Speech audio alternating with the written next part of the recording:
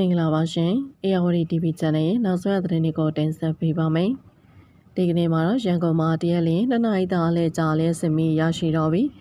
တောင်းရီလုံးဝပြတ်တောင်းနေရန်ကုန်မြို့မှာတရက်လျင်2နာရီတာအလဲကြာလဲစင်မီရရှိတော့ပြီးတော့တောင်းရီလုံးဝပြတ်တောင်းနေကြောင်းဒေသပြည်သူတွေကပြောပါတယ်။မတ်လ28ရက်နေ့မှာမန္တလေးမြို့ကိုဗဟိုပြုပြီးအင်အား9.9ဆင်းရှိအင်အားလွန်ပြင်းထန်တဲ့မြင်းကလေးလောက်ကပ်ပြီးရနောက်မတ်လ29ရက်နေ့ကစပြီးတရက်လျင်ရန်ကုန်တိုင်းတွင်ရှိမြို့နယ်တွေကိုအုပ်စု6စုခွဲပြီးတောက်စုလျင်4နိုင်နှုန်းနဲ့လျှက်စစ်တာပေးနိုင်တော့မည်ဖြစ်ကြောင်းရန်ကုန်လျှက်စစ်တာပေး Corporation YESC ကထုတ်ပြန်ပါတယ်။သို့သောလက်ရှိချိန်မှာရန်ကုန်မြို့မှာတရက်လျင်2နိုင်ခန့်သာလျှက်စစ်မီအလဲကြာရရှိပြီး3ရည်တွေပါပြတ်တောက်နေခြင်းဖြစ်ကြောင်းဒေသပြည်သူတွေတန်ကနေသိရပါတယ်။ရန်ကုန်မှာလက်ရှိကတော့ငလင်လောက်ပြီးနောက်ပိုင်း3ရည်မရတော့ဘူး။မိက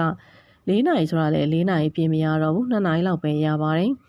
တချို့နေရာတွေ2နိုင်တောင်မီးမရဘူးတိုက်ကန်းနေစုပ်ဖို့ဆိုရဲလို့ဒေသပြည်သူတအုပ်ကပြောပါတယ်။မြင်းကလင်တန်းကြောင့်ဓာတ်အားလျက်စစ်ထုတ်လုပ်ပို့လို့လျက်ရှိတဲ့ဓာတ်အားပေးစက်ရုံခွဲရုံနဲ့ဓာတ်အားလိုက်နေတက်လို့ပစ္စည်းရဲ့ချုံရင်ပစ္စည်းမှုဖြစ်ပေါ်ခဲ့ပြီးဓာတ်အားချိတ်ဆက်ပို့လို့နိုင်ခြင်းမရှိစဉ်ကာလအတွင်းတန်ခွေဓာတ်အားပေးစက်ရုံတွေကဓာတ်အားထုတ်လို့ဖြန့်ဖြူးနိုင်ရန်ကျိုးပန်းစီမံစာလျက်ရှိကြောင်း YESC ကထုတ်ပြန်ထားပါတယ်။နောက်ဆက်အားပေးကြတဲ့အတွက်အထူးပင်ကျေးဇူးတင်ရှိပါတယ်ရှင်။